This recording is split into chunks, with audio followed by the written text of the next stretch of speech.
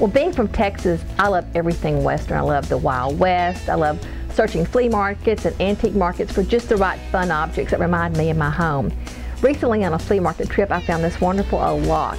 It almost appears to be from an old saloon or an old home, or maybe even a barn door from probably the 19th century. I really loved it. And on the same trip, I found this wonderful old ceiling tile, and it almost appears to be maybe from an old general store or maybe even a saloon. I mean, we could romanticize the story there, but I love the patina of the coloration. I love the styling, and I particularly love this punched tin work effect. I thought it was very interesting.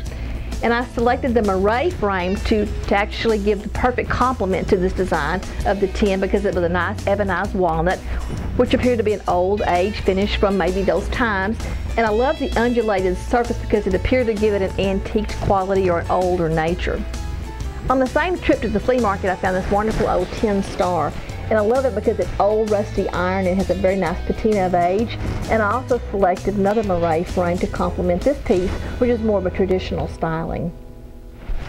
As I said, I love tool leather. I recently found these wonderful old vintage cowboy boots at the flea market. I love everything about them. I love the color of the leather. I love that they've been worn and they've been loved with age. I like the stitching on the top of the boots as well as across the toe. And as I looked at this wonderful detail from the craftsmanship from long ago, it occurred to me what a great concept for a molding design. So as I was designing moray, we laid in a detail across the panel which replicates the scroll work and the styling of some of the tooled leather. And then to give a background for the particular styling of the stitching, we put in sort of the punched look, the punched tin look that we saw in the detail here. So both the tin panel and the boots gave us great inspiration for the moray panel. And then to accent these particular motifs, we've laid a gray glaze into the patterning and settled it in so that you actually see the pattern nicely. And it's finished off by a beautiful ebonized walnut edge. Now this item I love as well from moray.